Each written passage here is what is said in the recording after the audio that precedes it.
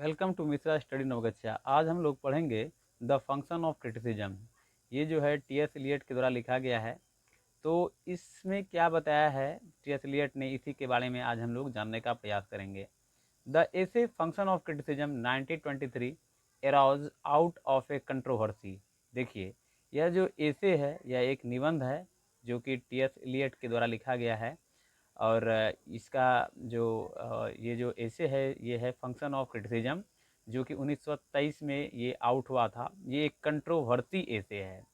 Eliot's एसे यानी Eliot's का एसे the tradition and the individual talent, यानी कि इसके पहले जो है the tradition and the individual talent, जो कि टी.एस. इलियट के द्वारा लिखा गया था, वाज पब्लिश्ड किया गया था a few years earlier in 1919, यानी कि 1919 में जो है इसे पब्लिश किया गया था।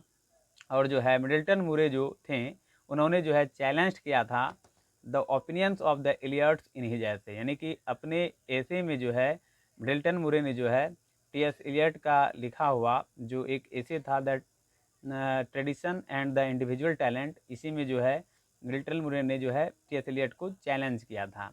और इसी के संदर्भ में जो है टी.एस. इलियट ने एक ऐसे लिखा था the function of criticism, Middleton Murry को जवाब देने के लिए। तो यहाँ पर आप देख सकते हैं कि रोमांटिसिज्म एंड ट्रेडिशन, यानी कि रोमांटिसिज्म एंड ट्रेडिशन जो कि मिडल्टन मूरे के द्वारा लिखा गया था।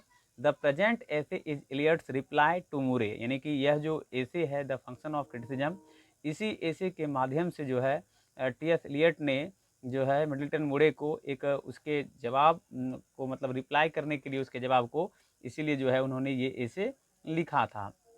तो यहाँ पर आप देख सकते हैं the first part gives in brief the opinion expressed by Eliot's in the essay, यानी कि पहला जो इस का जो मतलब जो निबंध है उसका उसमें जो है टी.एस. इलियट ने दिया है एक ब्रीफ ओपिनियन, एक लघु जो है अपना विचार एक्सप्रेस्ड किया गया है बाय इलियट्स के द्वारा इन द एसे, इस एसे में the tradition and the individual talent, यानी कि जो कि the tradition and the individual talent in the second part, इस दूसरे पार्ट में he gives a resume of the views of Murry, यानी कि जो मूरे का जो व्यूज था और उन्होंने जो लिखा था रोमांटिसिज्म एंड ट्रेडिशन, और उसमें जो है उन्होंने जो इलियट्स का the tradition and individual talent के माध्यम से कुछ बुराइयाँ किया गया था, उनके द्वारा आलोचना किया गया था, उसी के हाजिर जवाब में जो है टी.एस. इलियट ने एक ऐसे लिखा, जैसा कि मैंने आपको बताया, जो कि द फंक्शन ऑफ क्रिटिसिज्म है।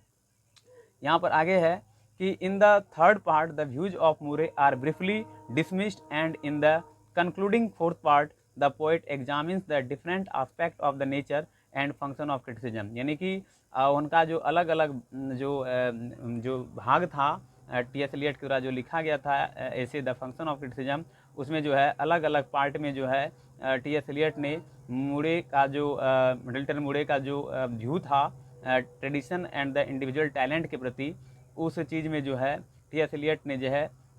इलियट ने उसको ब्रीफली डिसमिस्ड कर दिया, जो उनका व्यू था।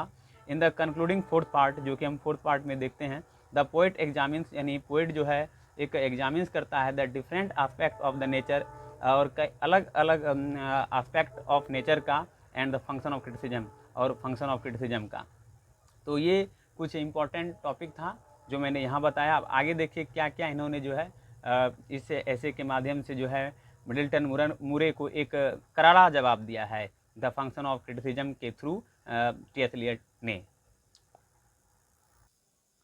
तो यहाँ आप देख सकते हैं पहला है कॉन्सेप्ट ऑफ ट्रेडिशन, यानी कि ट्रेडिशन का जो अवधारणा है इसके प्रति जो है टी.एस. इलियट जो है वह बताते हैं। यानी इलियट शुरू करते हैं the essay by referring to certain views he had expressed in his earlier essay the tradition and the individual talent, यानी कि उनका जो ट्रेडिशन एंड इंडिविजुअल टैलेंट में जो उन्होंने ऐसे के माध्यम से जो अपना एक व्यक्त किया था व्यूज, और उस ऐसे को लेते हुए जो है वह उनके हाजिर जवाब के लिए वह एक रेफरिंग देते हैं टी.एस. इलियट, बिकॉज क्योंकि they are relevant to present essay, because क्योंकि ये जो टी.एस. इलियट के द्वारा लिखा गया था the tradition and the individual talent, उसी के संदर्भ में जो है इन्होंने जो दूसरा ऐसे लिखा द फंक्शन ऑफ क्रिटिसिज्म, उसी ऐसे के माध्यम से जो है टी.एस. एलियट चूँकि ये ऐसे पहले लेते हैं ताकि इसी ऐसे पर जो है मिडल्टन मूरे के द्वारा कमेंट किया गया था, यानी क्रिटिसाइज़ किया गया था।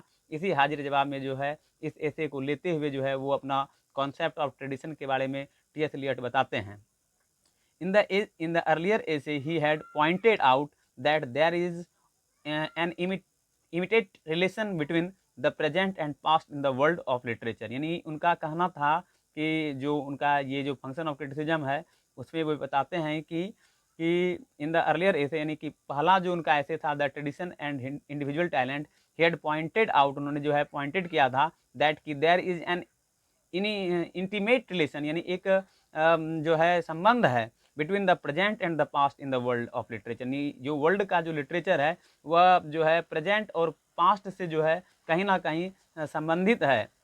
The earlier in the entire literature of Europe from Homer down to the present day forms a single literary tradition, and it is in relation to this tradition that individuals writers and individuals workers of art have their significance। यानी कि उनका ये इस ऐसे के माध्यम से वो बताते हैं कि आज जो देख रहे हैं हम लोग लिटरेरी ट्रेडिशन में, ये जो है ये शुरू से ही जो है इसका एक परंपरा बना हुआ है कि जो है बहुत सारे ऐसे राइटर हुए जो अन्य जगह के थे, उन्होंने जो है अलग अलग इस्तेमाल किया है लिटरेचर के माध्यम से। इसलिए उनका ये बताना कहना था कि जो कॉन्सेप्ट ऑफ ट्रेडिशन है वो बहुत ही इम्पोर्टेंट हो जाता है किसी भी लिटरेरी वर्क के लिए।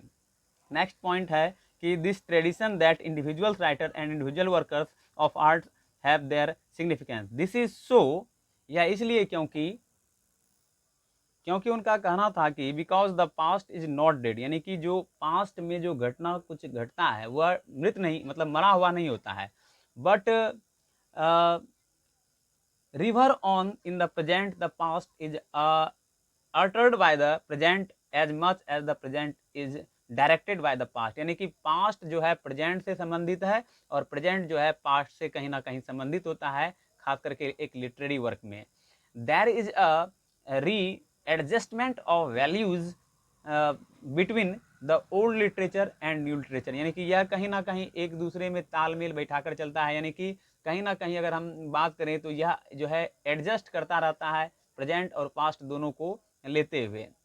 Tradition is constantly changing from age to age, और ट्रेडिशन जो है वह बदलता रहता है एज टू एज, जैसे समय आता है अपना जो है उसका ट्रेडिशन चेंज होते रहता है।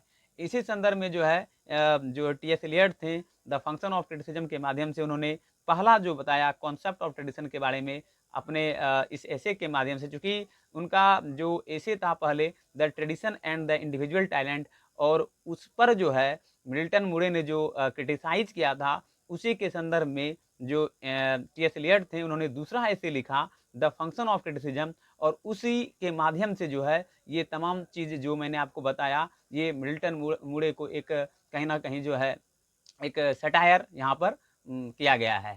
अब आगे हम लोग देखते हैं कि the view of Moore on romanticism and classicism, और दूसरा पॉइंट अब यहाँ पर देख रहे हैं कि the view of Murry's on romanticism and classicism, यानी कि मूरे का जो मिडल्टन मूरे जो थे उनका क्या व्यूज था रोमांटिसिज्म और क्लासिसिज्म पर। तो इन द सेकेंड पार्ट, दूसरे पार्ट में ऑफ द एसे, हम एसे के दूसरे पार्ट में Eliot digresses into a consideration of Middleton Murry view on classicism and romanticism, यानी कि उससे सहमत नहीं है जो उनका स्टेटमेंट था मिडल्टन मूरे का। टी.एस. एलियट जो है उसको डिसएग्रीज करते हैं, उस पर मतलब विचार करना जो मिडल्टन मूरे का व्यूज था ऑन क्लासिसिज्म एंड रोमांटिसिज्म पर।